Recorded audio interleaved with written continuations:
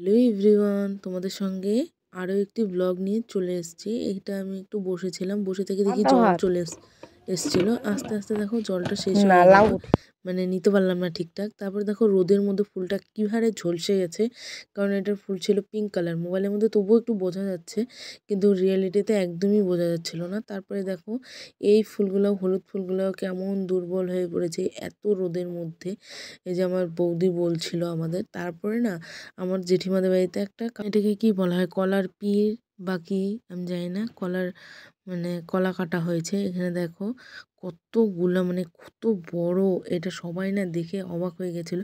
Actually এটা আমার বাবা কিনে নিতে চেয়েছিল, তা আমার মা খেতে, মানে এটা ফেভারিট ফুড আমার মার, মানে এটাই ভালোবাসে, তার জন্য বলেছিল যে কিনে তারপরে মা আমরা খাবো আর বিক্রি করব।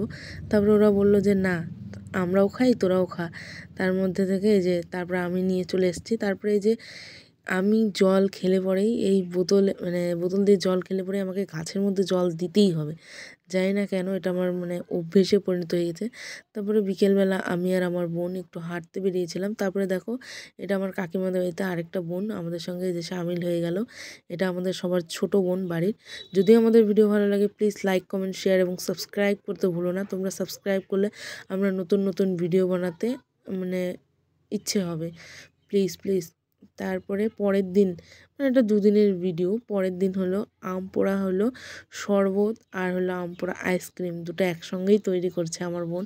আমার বোন মানে যদি টিউশন না থাকে তাহলে বা স্কুল না থাকে তাহলেও এই উল্টো মানে এই পদ্ধতিগুলা ও করে, মানে বানানোর জন্য। যাই হোক, এই যে আমরা বাতাসা দিয়ে আম পোড়া শরবতটা করছিলাম, মানে যা দারুণ টেস্ট হয়েছিল।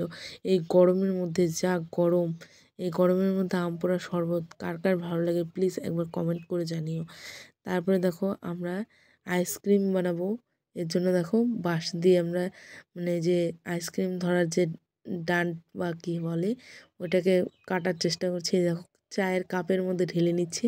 তারপরে আমরা ফয়েল পেপার দিই নাই বলে আমরা ব্যাকা হয়েছিল। তারপরে যে আইস কিউবের মধ্যেও সব ঢেলে নিলাম, ঢেলে নিয়ে তারপরে বাকি যেটুক ছিল সেটুকু যে বোন খেলো, কাকিমারা খেয়েছে, সবাই খেয়েছে। খুব একটু টক হয়েছে, চিনি কম দিয়েছি।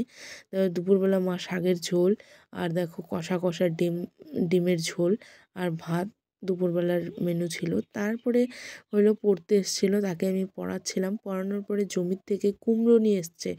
দেখো কি সুন্দর ছোট ছোট কুমড়ো, সেই কুমড়োগুলোর একটু ক্লিপ নিলাম। মানে কুমড়োটা খেতেও দারুণ টেস্ট, সত্যি কথা। তোমাদের অনেক ভিডিওতে দেখিয়েছি যে কুমড়ো ফুলের বড়া খেলাম, কুমড়ো ফুলের বড়া খেলাম, এই যে সেই কুমড়ো।